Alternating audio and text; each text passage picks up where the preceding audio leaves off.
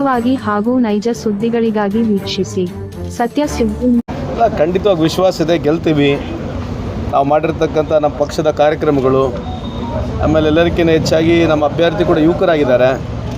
ಆಮೇಲೆ ಇಲ್ಲಿ ನಮ್ಮ ದಿವಂಗತ ಶಾಮನೂರು ಶಿವಶಂಕರಪ್ಪರು ಮಾಡಿರ್ತಕ್ಕಂಥ ಕೆಲಸ, ಮಲ್ಲಣ್ಣವ್ರು ಮಾಡಿರ್ತಕ್ಕಂಥ ಕೆಲಸ, ಸೊ ಅವ್ರ ಫ್ಯಾಮಿಲಿ ಮಾಡಿರ್ತಕ್ಕಂಥ ಕೆಲಸ ಎಲ್ಲನೂ ನಮಗೆ ಒಂದು ಅಸ್ತ್ರ ಆಗಿ ನಮ್ಮ ಗೆಲುವಿಗೆ ಕಾರಣ ಆಗುತ್ತಂತ ಈ ಸಂದರ್ಭಕ್ಕೆ ಕೇಳಲಿಕ್ಕೆ ಬಯಸ್ತೀನಿ. ಈ ಬಾರಿ ಈಗ ಅಲ್ಪಸಂಖ್ಯಾತರಲ್ಲಿ ಕೇಳಬೇಕು, ಈಗ ಬೈಕಾಟ್ ಈ ಬಾರಿ ನಾವು ಮತಗಳು ಹಾಕಲ್ಲ ಅಂತ ಬೈಕಾಟ್ ಅಂತ ಒಂದು ಕ್ಯಾಂಪ್ ನಡೀತಾ ಇತ್ತು ಸರ್. ಈಗ ಮತದಾನ ಎಲ್ಲರೂ ಹಾಕ್ಬೋದು ಸರ್. ಸೊ ಇದ್ರ ಬಗ್ಗೆ ಹೇಳೋಕ್ಕೆ ಇಷ್ಟ ಇಲ್ಲ, ಅವರಲ್ಲಿ ಮನವಿ ಮಾಡ್ಕೊಳ್ತೀನಿ. ಆ ಸಮುದಾಯ ಟಿಕೆಟ್ ಕೇಳಿರ್ತಕ್ಕಂಥದ್ದು ಸತ್ಯ ಇದೆ. ಅದು ಹೈಕಮಾಂಡ್ ತೀರ್ಮಾನ ಮಾಡಿದ ತಕ್ಷಣ ನಾವೆಲ್ಲ ಒಪ್ಪಬೇಕಾಗತ್ತೆ. ಸೊ ಇವತ್ತು ನಾನು ಆ ಸಮಾಜದಲ್ಲಿ ಮನವಿ ಮಾಡ್ಕೊಳ್ತೀನಿ, ದಯಮಾಡಿ ಈ ಒಂದು ಸಂದರ್ಭದಲ್ಲಿ ಪಕ್ಷ ಇಂಪಾರ್ಟೆಂಟ್ ಆಗಿರ್ತದೆ. ಹಂಗಾಗಿ ಎಲ್ಲ ಮುಖಂಡರುಗಳು, ಹೈಕಮಾಂಡ್ಗಳು ಸೇರಿ ಒಂದ್ಸಲ ಅಭ್ಯರ್ಥಿ ಮಾಡಿದ ನಂತರ ಏನೇ ಮನಸ್ತಾಪಗಳಿದ್ರೆ ಅದನ್ನ ದಯಮಾಡಿ ಈ ಸಂದರ್ಭದಲ್ಲಿ ತೋರಿಸಬಾರ್ದು.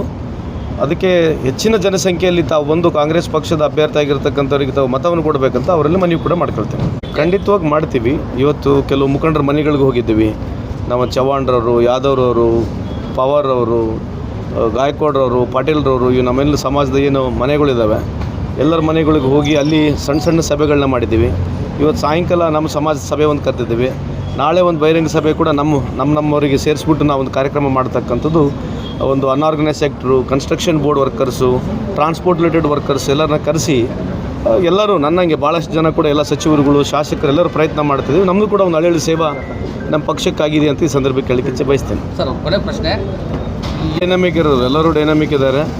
ಎಲ್ಲರೂ ಬಂದಿದ್ದಾರೆ, ಎಲ್ಲರೂ ಬಂದು ಕೂಡ ಹೋಗ್ತಾರೆ. ಯಾರು ಬಂದಿಲ್ಲ ಅವರು ಕೂಡ ಬಂದು ಹೋಗ್ತಾರೆ. ಯಾಕಂದರೆ ಎರಡೂ ಒಂದು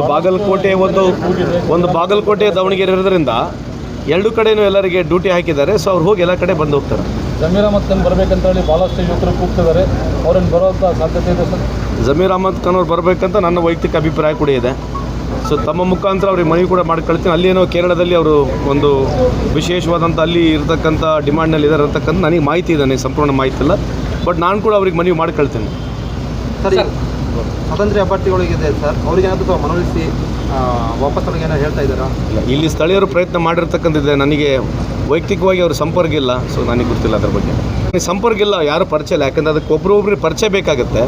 ಆಲ್ರೆಡಿ ಭಾಳಷ್ಟು ಪ್ರಮುಖರು ಪ್ರಯತ್ನ ಮಾಡಿರ್ತಾರೆ. ಅಭಿಮಾನಿ ಬಳಗನೇ ಭಾಳ ದೊಡ್ಡದಿದೆ. ಆದರೂ ನನಗೆ ವೈಯಕ್ತಿಕ ಅಭಿಪ್ರಾಯ ನನಗೆ ಪರಿಚಯ ಇಲ್ಲ. ಬಟ್ ಪ್ರಯತ್ನ ಮಾಡ್ತೀವಿ. ತಾವು ಹೇಳಿದ್ದಕ್ಕೆ ಒಂದು ಸಜೆಷನ್ ಅಲ್ಲ, ಅದೇ ಹೇಳ್ತಿರೋದು. ಈ ದೇಶದಲ್ಲಿ 12 ವರ್ಷದಿಂದ ಟಿ ವಿ ಮುಖಾಂತರ ನಾವು ಪ್ರಚಾರ ಗಿಡಿಸಿರ್ತಕ್ಕಂಥ BJP ಸರ್ಕಾರ ಇವತ್ತಾದರೂ ಕೂಡ ಯಾವುದೂ ಚುನಾವಣೆಯಲ್ಲಿ ಬಂದರೂ ಕೂಡ ಅವರು ಯಾವುದೂ ಮತವನ್ನು ಕೇಳ್ತಕ್ಕಂಥ ಸಂದರ್ಭದಲ್ಲಿ ಮತ ಯಾವ ಬೇಸಿಸ್ ಮೇಲೆ ಅವರು ಕೇಳ್ತಿರತಕ್ಕಂಥದ್ದು ಭಾಳ ಇಂಪಾರ್ಟೆಂಟ್ ಇದೆ. ಅವ್ರು ಯಾವತ್ತೂ ನಾವಿಂಥ ಕೆಲಸ ಮಾಡಿದ್ದೇವೆ, ನಮ್ಮ ಪಕ್ಷ ಈ ರೀತಿ ಕೆಲಸ ಮಾಡಿದೆ, ಕೇಂದ್ರದಲ್ಲಿರ್ತಕ್ಕಂಥ ಮೋದಿ ಸಾಹೇಬ್ರ ಸರ್ಕಾರ ಈ ರೀತಿ ಕೆಲಸ ಮಾಡಿದೆ ಅಂತ ಓಟ್ ಕೇಳಕ್ಕೆ ಹೋಗೋದಿಲ್ಲ. ಒಂದು ಸುಳ್ಳು ಮಾಹಿತಿ ಕೊಡ್ತಾರೆ.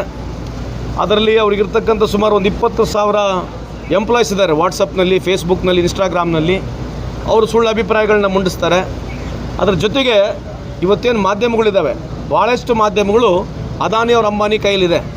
ಸೊ ನರೇಶನ್ ಅಜೆಂಡಾ ಸೆಟ್ ಮಾಡಿಬಿಟ್ಟು ಈ ದೇಶದ ಸ್ಥಿತಿಯನ್ನು, ಪರಿಸ್ಥಿತಿಯನ್ನು ಯುವಕರಿಗೆ, ಪ್ರಜಾಪ್ರಭುತ್ವ ವ್ಯವಸ್ಥೆಯಲ್ಲಿ ಜನರಿಗೆ ಹಾದಿ ತಪ್ಪಿಸಿ ಏನು ನಡೀತಾ ಇದೆ ಅಂತ ವಾಸ್ತವಾಂಶ ಜನರಿಗೆ ಹೇಳಾರಂಗಿದ್ದಾಗ ಅವರಿಗೆ ಅದು ಅನುಕೂಲ ಆಗಿ ಭಾಳಷ್ಟು ಸರಿ ಅವ್ರು ಗೆದ್ದಿದ್ದಾರೆ, ಇಲ್ಲ ಅಂತ ಹೇಳಲ್ಲ.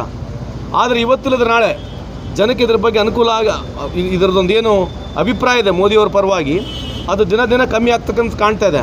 ಅವ್ರೇನು ಮಾಡ್ತಾರೆ, ಸರ್ಕಾರ ನಡೆಸೋದಕ್ಕಿಂತ ಜಾಸ್ತಿ ಮೋದಿಯವ್ರ ಇಮೇಜನ್ನು ಬಿಲ್ಡ್ ಮಾಡ್ತಿದ್ದಾರೆ. ಕೇಂದ್ರ ಸರ್ಕಾರ ಇಲ್ಲಿವರೆಗೆ ಸುಮಾರು 6,000 ಕೋಟಿ ಖರ್ಚು ಮಾಡಿದೆ.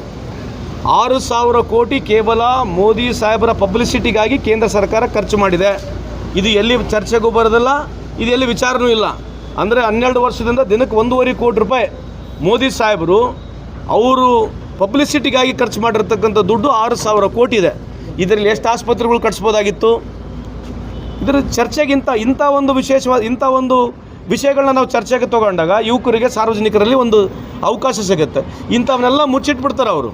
ಮುಚ್ಚಿಟ್ಬಿಟ್ಟು ವೀರ ಸೂರ ಮೋದಿಗೆ ಟ್ರಂಪಿಗೆ ಫೋನ್ ಮಾಡಿದ್ರು, ಈಗ ನಿತಿನ್ ಆಯೋಗ್ ಫೋನ್ ಮಾಡಿದ್ರು, ಇರಾನ್ ವಾರ್ ನಿಂದಿರಿಸಿದ್ರು, ಯುಕ್ರೇನ್ ವಾರ್ ನಿಂದಿರಿಸಿದ್ರು, 3rd ವಾರ್ಡ್ಗೆ ಇವರೇ ಒಂದು ಡಿಸಿಷನ್ ಕೊಡ್ತಾರೆ ಅಂತ ಹೇಳ್ತಕ್ಕಂಥ ಈ ರೀತಿ ಸುಳ್ಳು ಏನೋ ಪ್ರಚಾರಗಳನ್ನ ಕೊಟ್ಟು ಇವತ್ತು ದೇಶ ಯಾವ ಸ್ಥಿತಿ ಇದೆ ಅಂತ ತಾವು ಯೋಚನೆ ಮಾಡ್ಕೊಂಡು ನೋಡಿ. ಇವತ್ತು 93 ರೂಪಾಯಿಗೆ $1 ಇದೆ. ಯಾರು ಇದ್ರ ಬಗ್ಗೆ ಚರ್ಚೆ ಮಾಡಲ್ಲ. ಈ ದೇಶದ ಸಾಲ ಇವತ್ತು 225 ಲಕ್ಷ ಕೋಟಿ ಇದೆ. ಇದ್ರ ಬಗ್ಗೆ ಯಾರು ಚರ್ಚೆ ಮಾಡೋಂಗಿಲ್ಲ. ಇವತ್ತು ಹಂಗರ್ ಇಂಡೆಕ್ಸ್ನಲ್ಲಿ 120 ಸ್ಥಾನ. ಕಳೆದ 2014ನೇ ಇಸ್ವಿನಲ್ಲಿ ಏನು ನಮ್ಮದು ರ್ಯಾಂಕಿಂಗ್ ಇತ್ತು, ಇವತ್ತು 2026ನೇ ಇಸ್ವಿನಲ್ಲಿ ಏನು ರ್ಯಾಂಕಿಂಗ್ ಇದೆ, ಇದ್ರ ಬಗ್ಗೆ ಚರ್ಚೆ ಇಲ್ಲ. ಬೇರೆ ದೇಶದಲ್ಲಿ ಆಯಿತು, ಮೋದಿ ಸಾಹೇಬ್ರು ಹೇಳಿದ ತಕ್ಷಣ ಏನು ವೀಸಾ ಕೊಡ್ತಾರಾ ನಮ್ಮ ಮಕ್ಕಳಿಗೆ, ಕೆಲಸ ಇದೆಯಾ, ಅಲ್ಲಿಂದ ಕಾಲಿಗೆ ಬೇಡಿ ಹಾಕಿ, ಅಮೇರಿಕದಿಂದ ಕಾಲಿಂದ ಬೇಡಿ ಹಾಕಿ ನಮ್ಮ ಯುವಕರನ್ನ ಕರ್ಕೊಂಬರ್ತಾರೆ. ಇದ್ರ ಬಗ್ಗೆ ಚರ್ಚೆ ಇಲ್ಲ.